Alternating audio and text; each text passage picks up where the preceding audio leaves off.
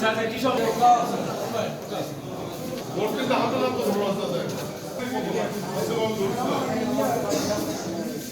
বন্ধ করে নাক দিয়ে শ্বাস নেন।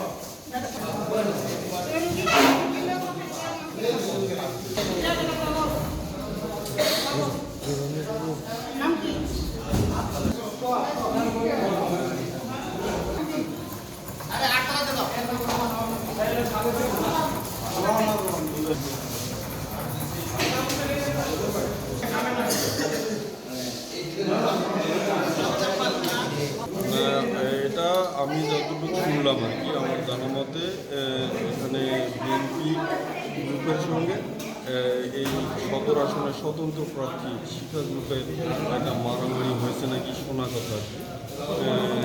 এটা আমাকে অফিসার ইনচার্জ মারফত জানতে পারলাম। হাসপাতালে এসে দেখি দুই গ্রুপেরই 8 জনের মতো আহত অবস্থায় আছে। এতটুকু আপাতত পরে বিস্তারিত। পিছে পিছে দেখলাম গতি কয়েক নাম্বার প্লেট ছাড়া কয়েকজন সন্ত্রাসী বাইক নিয়ে তখন আমার পিছে পিছে আসলো। বাইক নিয়ে আমার পিছে পিছে আসার পর তারা তখন আমার গাড়িতে এসে ডাইরেক্ট ফোন দিয়ে ভিডিও করতেছে। ভিডিও করে বলে, আপনি ভোট, আমরা এখন এটা ছাড়বো, আপনি ভোট কিনতে আসছেন, আপনি ভোট কিনতে আসছেন, আপনি ভোট চাচ্ছেন, আপনি লিফলেট বিতরণ করতেছেন, আপনি ভোট কিনছেন। তখন আমি যখন প্রতিবাদ করছি, না আমি তো এখানে ভোট কিনতে আসি নাই, আমি আমার ক্যাম্প দেখতে আসছি, ক্যাম্পের সামনে দাঁড়াইছিলাম আমি।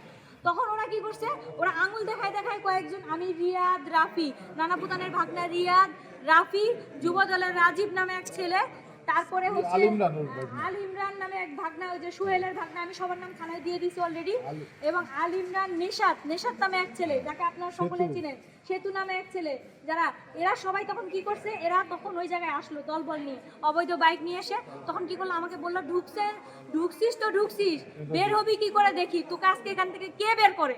তখন এই কথা বলে আমাকে আঙুল দেখায় দেখায় বলার পরে তখন আমাকে এসে একজন, আমি যখন ভিডিও করা শুরু করছি, নেশাত এবং ওই রাফি যে রানা প্রধানের ভাগনা, ও এসে আমার একদম ডাইরেক্ট শাড়িটা এই জায়গায় ধরে একদম পিছন দিক থেকে আমাকে বকল্লা করে আমাকে পিছন দিক থেকে ধরে আমার মোবাইলটা এইভাবে কেড়ে নিয়ে ও আমাকে এইভাবে আমার শরীরে হাত দিয়ে সম্পূর্ণভাবে, যেটাকে বলে মলেস্টেশন, ভদ্রভাবে বলি মলেস্টেশন, আমাকে ও মলেস্টেশনের চেষ্টা করছে।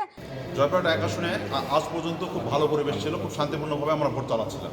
কিন্তু আজকে ঘোড়ামার্কা প্রতীকের প্রার্থীর শিখা তার কিছু ভাড়া করা গুন্ডা, সে ফরিদপুর ভাঙ্গা থেকে সে ভাড়া করা গুন্ডা নিয়ে এসে আমাদের শহরের বিভিন্ন স্থানে, গুলশান মোড়, শান্তিনগর, বিভিন্ন স্থানে সে ভোট কিনছিল।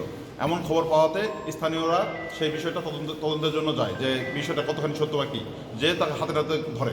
তখন প্রতিরোধ করতে চাইলে তার প্রফেশনাল যারা মাস্তান আছে, ভাড়া করা সন্ত্রাসীরা তখন অস্ত্রের মুখে মানুষদেরকে জিম্মি করে, যে আমরা যা ইচ্ছা করবো তোরা কি।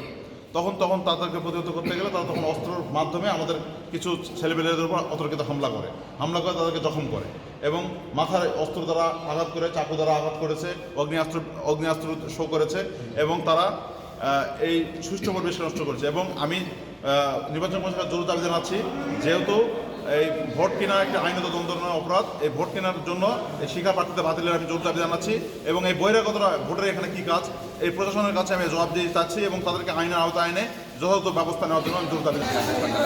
তত্ত্বাবধায়ক 250 জয়পুরহাট। তো নির্বাচনী সংস্থায় 9 জন ভর্তি হয়েছে, তবে বেশি গুরুতর আহত নয়, পরিস্থিতি এখন শান্ত আছে। ছোটোখাটো ঘটনা নিয়ে 9 জন ভর্তি হয়েছে, আমরা সবাই দেখছি, কোনো সমস্যা নাই। তাদের কি চিকিৎসা হ্যাঁ, চিকিৎসা চলছে? না, চিকিৎসা সব চলছে, কোনো অসুবিধা নেই।